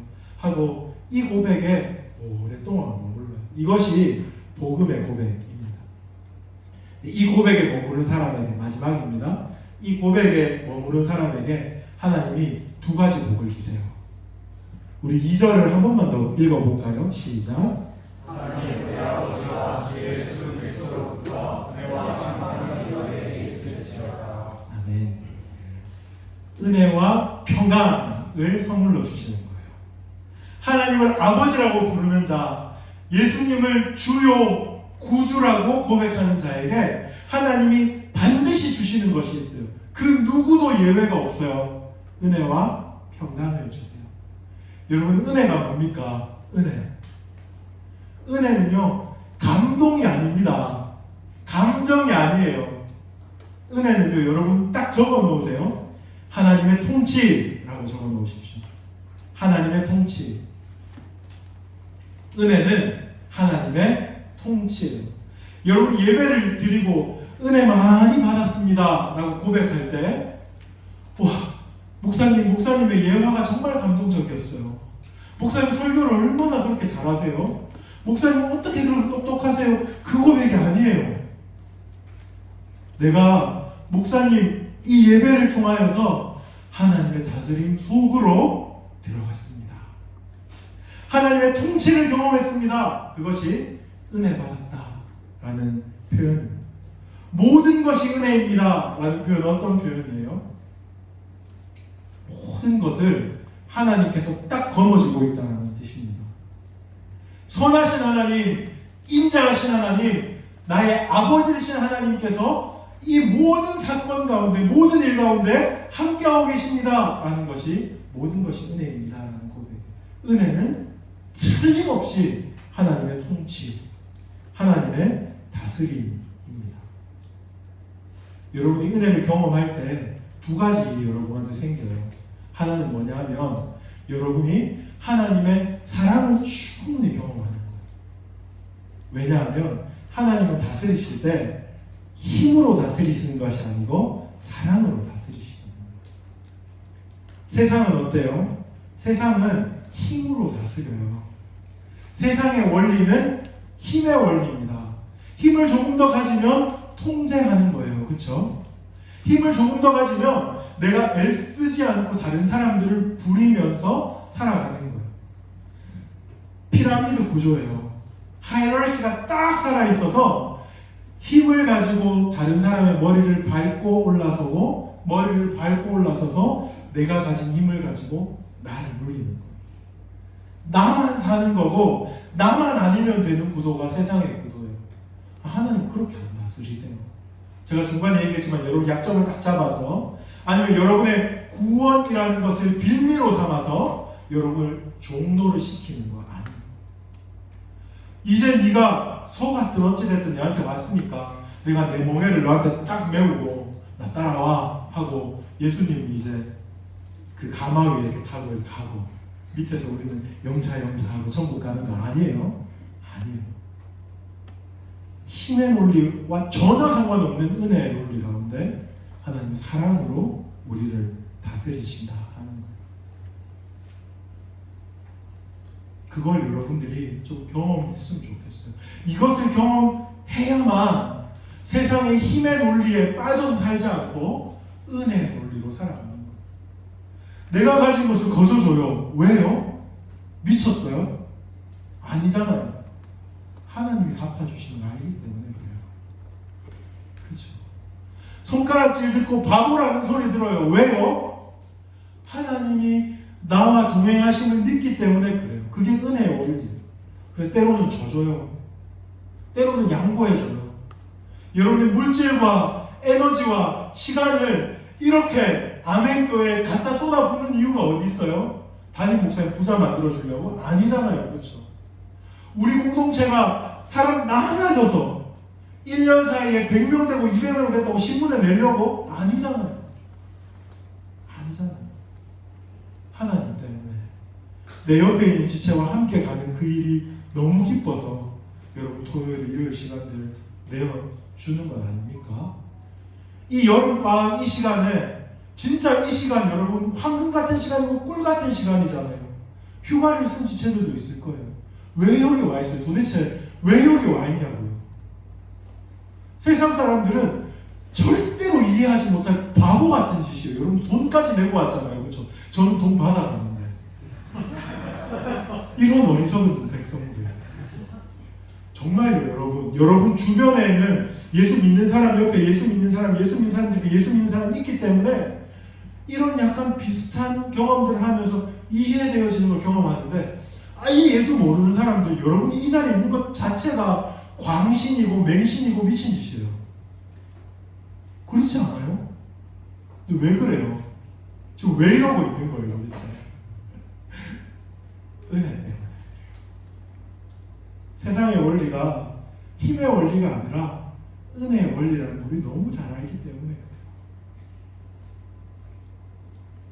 그렇게 여러분 살아가도록 하나님이 우리를 빼고 고르고 골라서 특별히 부르신 거예요. 하나님의 원리대로 살아가도록. 그 은혜의 다스리심을 세상에 보여낼 수 있도록 다 깨어진 질그릇이지만 주인의 집에 있는 은그릇 아니고 천이 쓰이는 그릇이지만 깨끗하게 해서 정말 은혜가 뭔지를 세상에 보여내면서 살아가도록 만들려고 하는 거예요. 제가 그렇게 사랑해서 결혼했는데 저희 어머니는 끝까지 반대하셨어요. 그 결혼을. 왜냐하면 저희 아내의 아버지 어머니 그러니까 저희 장인 장모님이 예수를 안 믿었거든요. 목사 될 사람이 어디 불신가도해 하면서 어머니는 끝까지 그것을 동의하지 않으셨어요. 제가 고집을 부리니까 어쩔 수 있나요? 결혼했어요. 결혼할 때 우리 장인 장모님한테 제가 처음으로 전도를 했어요. 장인 장모님, 제가 그래도 목사인데 교회 나와주시면 안 돼요? 라고 물었어요. 예수님이 살아계시고 당신이 예수 안 믿으면 지옥 갑니다, 이런 얘기 못 하잖아요. 사회 교회 나와주시면 안 돼요. 그러니까 우리 장인어른이 굉장히 호기롭게 얘기했어. 사위 체면이 있지, 너 목사 안수 받으면 내 그때부터 너희 교회 나가라 하셨어요. 그리고 정말 한 주도 더 빨리 안 나오시고 목사 안수 받을 때까지 철저히 기다리시다가 목사 안수 받고 그 다음날 제가 칠곡의 구광교회 사역을 하고 있었는데 그 교회에 딱 등록하셨어요. 등록만 하시면 뭐예요, 그죠? 그 다음날 개모임 있고, 그 다음 주에 낚시 모임 있고, 그 다음 주에 이제 비즈니스 때문에 잘 안 나오셨어요. 그냥 이름만 딱 걸어주고, 그래 사위 체면 살려주겠다고 애를 많이 쓰신 거죠, 그죠? 저의 고민은 그랬어요. 내가 설교하고, 내가 복음 전도하고, 특별히 복음을 사랑하는 목사라는 이름을 가지고 막 그런 얘기하는데 우리 장인 장모 예수 못 믿게 하면 참 내 안에 딜레마가 너무 심하잖아요. 그것보다 10년 넘게 자기 엄마 아빠 꼭 예수 믿기를 그렇게 간절히 기도했던 그 사랑하는 아내 같이 많이 울었어요. 같이 많이 울고 기도를 했습니다. 근데 우리 장인어른은 돌아올 기미가 아예 안 보였어요. 그리고 중간에 사건 사고도 참 많았어요. 너무 사랑하는 친구가 사업 실패로 이렇게 성서공단 어디쯤에 이렇게 그 번개탄 피우고 돌아가시고, 자기는 엄청 큰 슬픔에 빠져서 너무너무 고민하다가 죄송합니다. 그 고민의 돌파구로 또 여자친구를 또 사귀셨어요. 집안 꼴이 장난이 아닌 거죠, 그렇죠? 그래서 제가 장모님을 불렀어요. 장모님, 그때 제가 한 달에 100만 원을 벌던 전도사였는데, 교육 목사였는데, 장모님, 제가 장모님 정말 책임질 수 없다는 거 아는데 그냥 이혼하세요. 안 되겠어. 우리 그냥 장인어른 버리고 갑시다. 이렇게 그럴 정도로 속상하고 아팠던 시절이었어요. 하나님 어떡해요 하고 기도를 많이 하고 있었는데 정말 문제를 뛰어넘는 하나님의 은혜가 아니고 문제를 하나도 못 해줬어요. 장인어른이 가남이에요. 가남이라서 수술을 꼭 해야 된대요. 그래서 수술을 하셨어요. 간의 거의 한 3분의 1을 이게 도려내시고 수술을 하셨어요. 어떡해요, 가남 환자인데. 그래서 온 가족이 붙어서 또 엄청 많이 간호를 해줬죠. 그렇죠? 열심히 간호를 했어요. 간호를 하고 우리가 하면서 하나님 이 일을 통하여서 우리 장인어른 예수 믿게 해주세요. 기도 열심히 하면서. 그런데 사람이 바뀝니까, 여러분? 잘 안 바뀌어요. 진짜 잘 안 바뀌더라고요. 회복이 되고 안색이 돌아오고 너무너무 좋았는데 병원에 이렇게 추적 검사를 하는데 8개월 만에 재발이라는 말을 이렇게 들었어요. 그리고 그때는 6개월밖에 못 삽니다, 이렇게 이제 이야기하더라고요. 제 장인어른이 6개월 만에 못 삽니다, 이렇게 얘기했어요. 참 뭐랄까 사명초가 같았어요. 내가 이 집에 왜 결혼을 했지 하는 생각도 심지어 못되게 들 정도로 많이 이제 힘든 시간들이었어요. 장인어른이 이제 6개월밖에 못 산다 하고 이제 치료 방법을 이렇게 파악하다 보니까 결국에는 간 이식밖에 답이 없더라고요. 생체 간 이식을 받아야 돼요.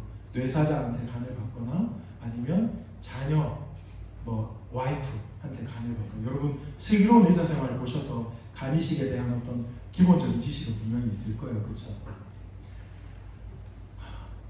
간 이식을 받아야 돼서 저희 아내의 오빠 처남이 이제 검사를 하러 간 날이었어요. 중보기도를 하는 거죠. 우리가 하나님 우리 처남이 간 잘 맞게 해주세요. 하나님 은혜 베풀어 주세요. 그래도 저 양반 저렇게 우리 가정 속색이고 우리 못됐게 해도 일단은 살려놓고 봐야 되잖아요 하고 많이 기도를 했어요. 제가 이제 골방에서 기도하는데 하나님이 저를 찾아오셨어요.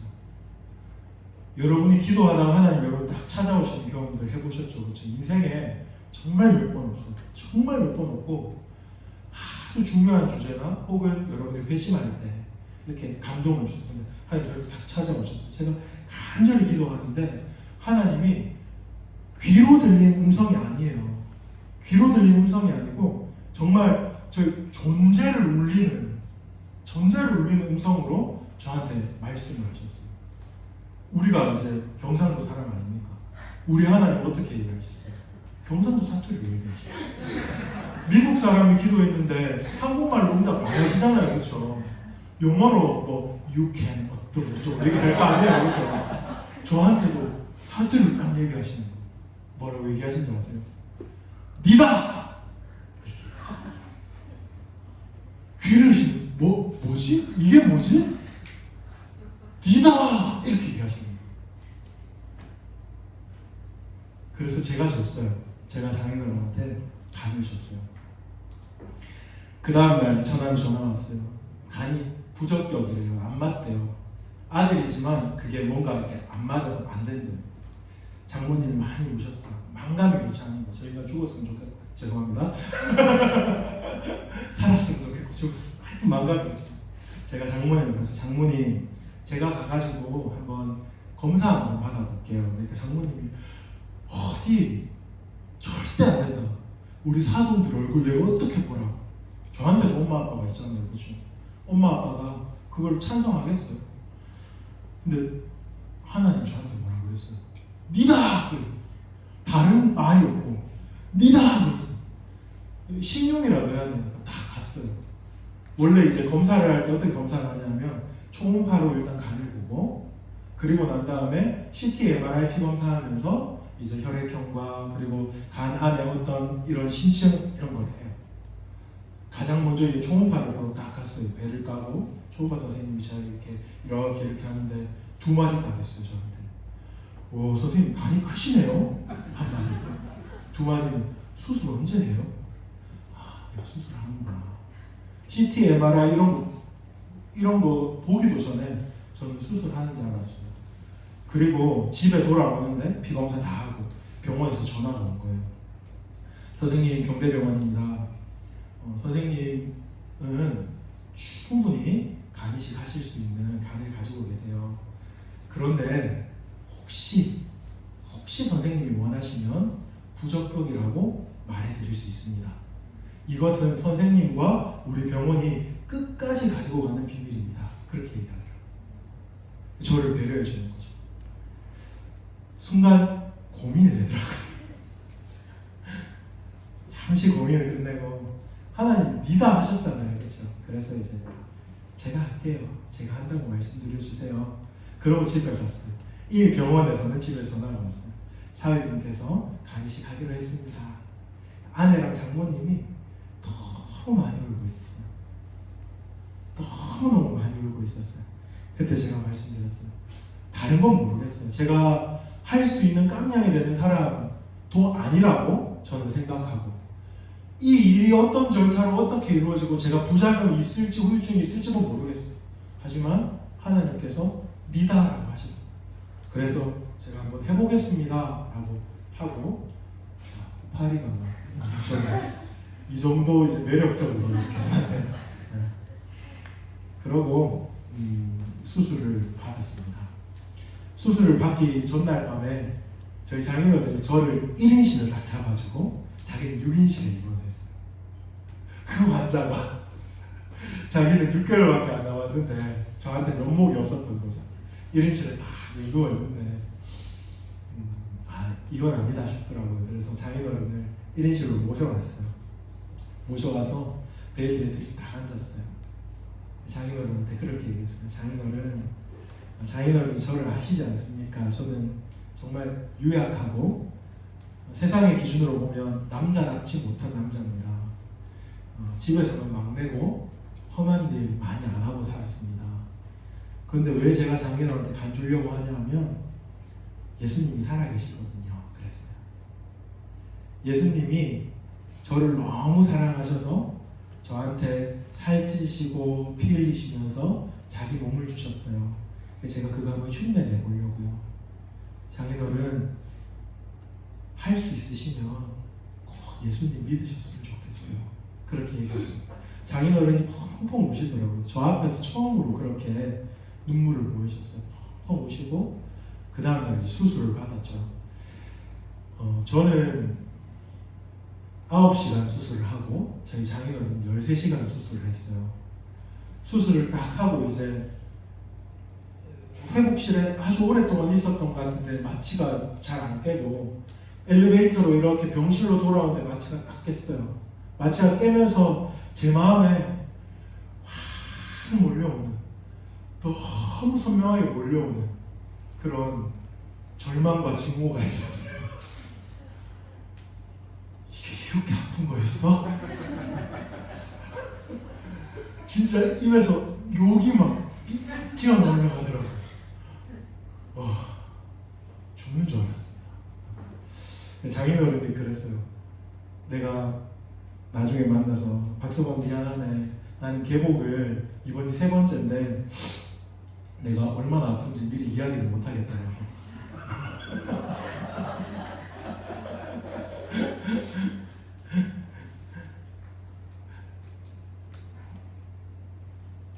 그 어떤 것도 한 사람을 변화시킬 수 없었어요. 그 어떤 것도 변화시킬 수 없었어요. 근데 은혜의 원리가, 은혜의 원리를 아는 한 사람이잖아요. 내가 어떻게 살아야 하고 하나님 나를 어떻게 사랑했고 하나님이 내 삶에 어떤 은혜를 베풀어 주셨고 그렇다면 나는 어떻게 살아야 되는지 선명하게 아는 한 사람이잖아요. 그 사람을 하나님 쓰시더라고요. 저는 너무너무 행복하고 감사했어요. 다른 거 하나도 안 보였어요. 뭐 제가 그 국가에서 파견한 그 상담사가 저를 3시간 앉혀놓고 심층 상담을 했어요. 왜 도대체 사위가 장인한테 가느리시 가는지 나는 도대체 모르겠다. 생명의 위협을 받으셨습니까? 그렇게 위력이 있었어요? 채무가 있나요? 아니면 물질적인 보상을 받으셨나요? 그걸 계속 아니에요. 아무리 대답해도 질문을 계속 바꿔가면서 묻는 거예요. 그래서 제가 도저히 안 돼서 제가 이렇게 얘기했어요. 선생님, 제가 목사거든요. 그렇게 얘기했어요. 그런데 보통 사람들은 아니 그게 아니라 이렇게 했을 텐데 그분이 성도셨나 봐요. 갑자기 눈에서 눈물이 핑 도는 거예요. 그 사람. 눈이 핑 돌고 그러셨군요 하고 상담을 딱 마무리했어요. 병원에 입원해 있는데 의사 선생님, 간호사 선생님이 저를 구경하러 왔어요. 최근에 장인한테 이식한 사위가 한 명도 없었다는 거예요. 심지어 그 전에는 아들이 왔다가 그 다음날 아침에 이제 수술하러 가보니까 도망갔더라는 거예요. 무서워서. 그래서 이런 천연기념물이 어디 있나 구경하러 왔더라고요. 제가 얼마나 막 자랑스러웠어요. 와 하면서. 근데 지나고 하나님께서 많은 깨달음을 주신 이후에 은혜의 원리를 아는 한 사람. 부족하고 연약하고 사실은 뭐 가진 것도 없고 할 수 있는 것도 없지만 은혜의 원리를 아는 한 사람으로 바꿔주시는 이 일들을 경험하게 되는 겁니다. 여러분 뭐 있어요? 없잖아. 맞죠? 알고 보니까 막 여러분 막 이세고 이런 거 아니죠? 그죠? 그 막 수성구에 저 아멘교회 그 앞에 가봤는데 그 빌라에 막 손자고 손녀고 이런 거 그래봤자 뭐. 맞죠? 제가 있는 반포는 한 평이 1억 3천이에요. 로얄 패밀리도 그런 로얄 패밀리도 없는 사람들이 살고 있는 곳에서 제가 사역을 해요. 그분들이 직업을 안 가르쳐줘요. 장로님 도대체 무슨 일 하시는데요? 직업을 안 가르쳐. 그러면 제가 네이버에 찾아봅니다. 나와요. 다 나와요. 그런 사람들이 있는 곳이에요. 그렇지만 하나님 보실 때 우리는 아무것도 아니라는 거 고백할 수밖에 없잖아요. 그런데 우리가 어떻게 하나님께 쓰임받으면서 살아갈 수 있어요? 어떻게 우리가 하나님께 조금이라도 하나님 나라의 무언가라도 기여하는 것처럼 우리가 그렇게 하나님의 보배롭고 존귀한 자녀라는 그 이름을 얻고 살아갈 수 있습니까? 은혜의 원리 때문에 그분이 나를 무조건적으로 사랑하셨고, 그리고 우리가 잘 되지 않고 부족하지만 그 은혜의 원리로 살아내보려고 안간힘을 쓰고 몸부림을 치고 있는 이 모습 때문에 하나님 우리를 귀하다 이렇게 여겨주시는 거예요. 그 은혜의 통치의 결과물이 바로 평강입니다. 평강은 절에서 이렇게 풍경이 땡땡땡 하고 바람이 불었는데 나뭇잎이 하나 이렇게 살랑살랑 떨어져서 물 위에 이렇게 탁 떨어졌어요. 그런데 두레박으로 이렇게 물을 딱 넣으면서 그게 아니에요. 평강은 은혜가 통치하는 것의 결과입니다. 결과. 말씀을 마무리할게요. 너무 길게 했죠, 그렇죠? 네, 부장 집사님, 네, 너무 길게 했습니다. 내일은 제가 좀 이렇게 줄여서 짧게 할게요. 여러분 쉼을 왜 원하세요? 쉼이라는 것을 생각할 때 여러분 무엇을 생각하십니까? 세상이 원하는 쉼은요, 일하지 않아도 월급이 들어오는 거예요. 그렇죠? 공부하지 않아도 성적이 떨어지지 않는 거예요. 공부하지 않는 것이 쉼이 아니죠. 그렇죠? 일하지 않는 것이 쉼이 아닙니다. 백수한테 좋겠다 쉼을 누리고 있네. 아니. 반에서 50등, 여러분 50명 없죠, 그렇죠? 우리 때는 50명 있었는데 반에서 50등 안에 니는 좋겠다 공부 안 해도 되네 이렇게 말하는 사람 아무도 없어요. 우리가 꿈꾸는 쉼은 뭐냐면 불로소득이에요. 아무것도 하지 않아도 모든 걸 가지고 있는 그것을 꿈꾸는 게 여러분들의 쉼이지 않습니까? 맞죠? 성경이 말하는 참된 쉼은 그런 게 아니에요. 어떤 상황에 있더라도, 어떤 어려움이 있더라도, 어떤 대가를 지불하더라도 예수 그리스도께 딱 붙들려 있으면 그것을 참된 평강이라고 말하는 겁니다. 은혜가 여러분 삶을 다스리고 있다면 여러분이 지금 사람들이 보기에는 어떠한 부족함과 연약함을 가지고 있다 할지라도 그것을 참된 평강이라고 말합니다. 주 안에서 사랑하는 여러분, 복음이 무엇인지 여러분 아셔야 해요. 복음이 주겠다고 약속하는 것은 세상이 주겠다고 약속하는 것과 전혀 다른 거라는 걸 아셔야 해요. 하지만 세상이 주겠다고 약속하는 것을 쫓아 따라가 보면 거기에는 사망이 있어요. 거기에는 부패가 있어요. 거기에는 형벌이 있어요. 예수 그리스도가 주시겠다는 것을 쫓아 따라가면 참된 평안이 있어요. 일 안 해도 잘 먹고 잘 사는 그런 거 없어요. 돈 많이 벌어놓고 노후를 그냥 편안하게 즐기는 그런 거 없어요. 아니요, 그런 게 있다 할지라도 그 속에 정말 여러분들이 찾고 찾았던 참된 평안은 없어요. 우리 주 예수 그리스도 안에 있어요. 찬양합시다. 나의 하나님.